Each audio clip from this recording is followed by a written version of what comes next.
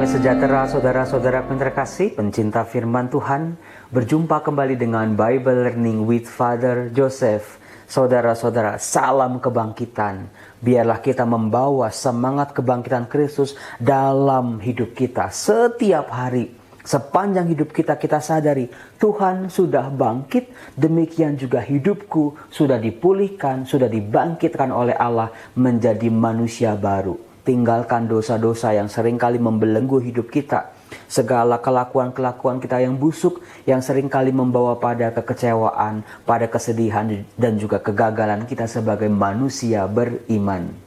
Saudara-saudaraku yang terkasih, yang menarik setelah Paskah, yaitu bacaan-bacaan sepanjang oktav Paskah, yaitu 1 minggu setelah Paskah, di mana kita bisa melihat misalnya bacaan pertama, yaitu dibacakan Kisah Para Rasul.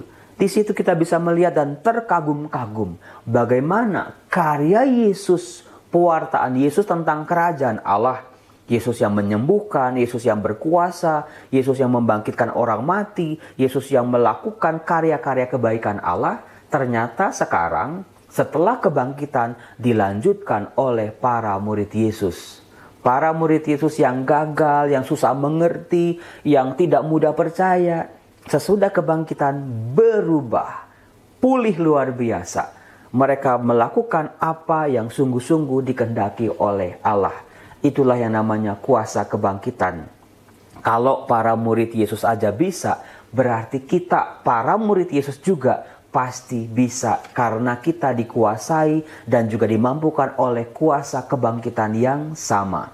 Nah, saudara-saudara yang terkasih, misalnya hari ini tanggal 19 April, dibacakan Kisah Para Rasul bab 2 ayat 36 sampai 41. Anda akan melihat figur Petrus yang luar biasa, yang beda sekali dengan Petrus dalam bacaan Injil Matius, Markus, Lukas, dan Yohanes. Petrus dalam Kisah Para Rasul, dia tampil sebagai seorang pemimpin.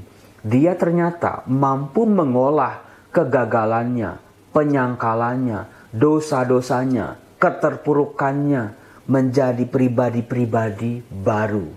Dia tampil sebagai saksi akan kebangkitan. Dia ceritakan apa yang diperbuat Yesus, yang dia alami, yang dia lihat, yang dia dengar. Betul-betul Petrus tampil sebagai pribadi, sebagai rasul yang luar biasa. Coba kita lihat Kisah Para Rasul bab 2 ayat 36. Pada hari Pentakosta, berkatalah Petrus kepada orang-orang Yahudi.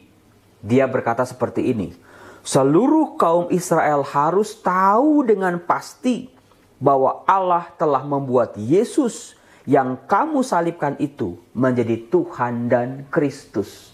Luar biasa pewartaan Petrus ini. Lalu lihat, simak baik-baik reaksi orang-orang yang mendengar pewartaan Petrus. Dikatakan, ketika mendengar hal itu, hati mereka sangat terharu. Lalu mereka bertanya kepada Petrus dan rasul-rasul yang lain, apakah yang harus kami perbuat, saudara-saudara? Lalu Petrus berkata, bertobatlah dan hendaklah kamu masing-masing meminta dirimu dibaptis demi pengampunan dosamu. Saudara-saudara, ada satu kata yang seringkali terlewat dari pengamatan kita, yaitu kata, begitu mereka mendengar pewartaan Petrus, dikatakan mereka sangat terharu. Hati mereka sangat terharu. Saudara-saudara, mengapa ini menjadi penting? Ada satu hal yang perlu kita ketahui, bahwa tradisi Kristiani, gereja perdana, itu dilatar belakangi oleh 3 tradisi besar, yaitu tradisi Yahudi, yang adalah tradisi nenek moyang mereka, lalu juga jangan lupa, ada tradisi Romawi dan juga Yunani. 2 bangsa besar ini sudah ratusan tahun menjajah daerah ini. Maka tidak heran pola pikir, cara hidup, pandangan mereka tentang hidup juga mewarnai gereja perdana. Nah, kalau kita lihat saudara, percampuran antara 3 tradisi besar ini dalam pandangan mereka tentang hidup, dalam tulisan-tulisan mereka, termasuk juga dalam relasi mereka dengan Allah, ternyata masih memberi tempat pada yang namanya sisi afeksi, sisi perasaan.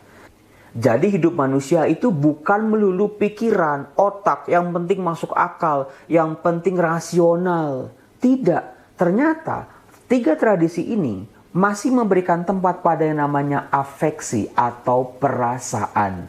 Nah, saudara-saudaraku yang terkasih, ini menjadi sangat penting. Mengapa? Karena seringkali kita sebagai manusia, apalagi manusia beriman, dalam relasi kita dengan sesama, dalam relasi kita dengan Allah, kita senantiasa mementingkan otak, isi kepala kita. Seringkali orang terhambat untuk beriman kepada Allah karena mereka berpikir, Allah nggak masuk akal, nggak rasional. Disinilah akal bukan satu-satunya pilar hidup manusia, tapi juga harus diimbangi oleh yang namanya perasaan. Nah, saudara-saudara, sisi perasaan ini menjadi penting bagi kita dalam relasi kita dengan sesama dan juga dengan Allah. Apakah hati kita masih mudah tersentuh, mendengar kisah-kisah kebangkitan, merasakan kebaikan-kebaikan Tuhan, mengalami Tuhan itu sungguh baik banget sama kita. Dalam kehidupan kita sehari-hari, sama pasangan hidup, sama istri, sama teman-teman, apakah kita masih mudah tersentuh oleh kisah-kisah mereka, oleh pengalaman-pengalaman hidup yang sederhana sekalipun? Apakah kita masih mudah tersentuh? Ketika kita berjumpa dengan orang-orang di pinggir jalan, peminta-minta, orang-orang yang lapar, apakah lagi-lagi hati kita mudah tersentuh?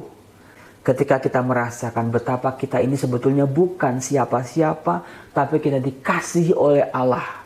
Kita ini pendosa, tapi kita diampuni oleh Allah. Apakah kita masih mudah tersentuh di situ? Nah, tapi ternyata saudara-saudara, yang namanya perasaan, seringkali juga manusia malah jatuh ke ekstrim yang sebaliknya. Tidak pakai logika, tidak pakai sisi rasionalnya, tapi terlalu dikuasai oleh perasaan demi perasaan. Sehingga hidupnya juga jadi tidak imbang lagi.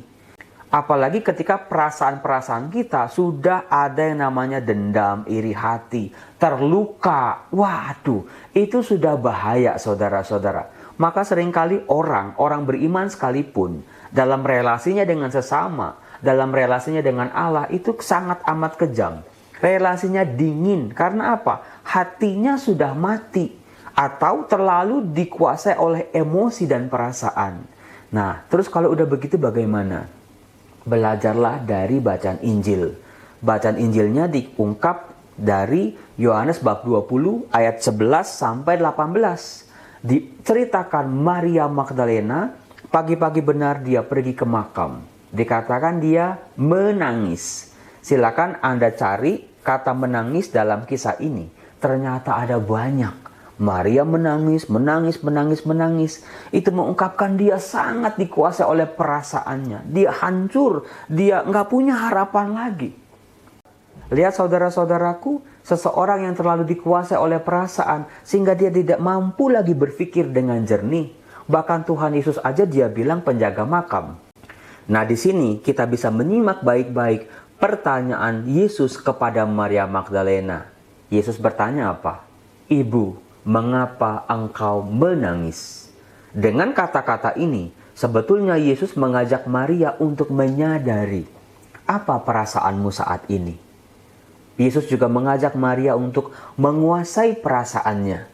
Bukan dikuasai oleh perasaan, tetapi sebagai manusia kita mampu menguasai perasaan-perasaan kita.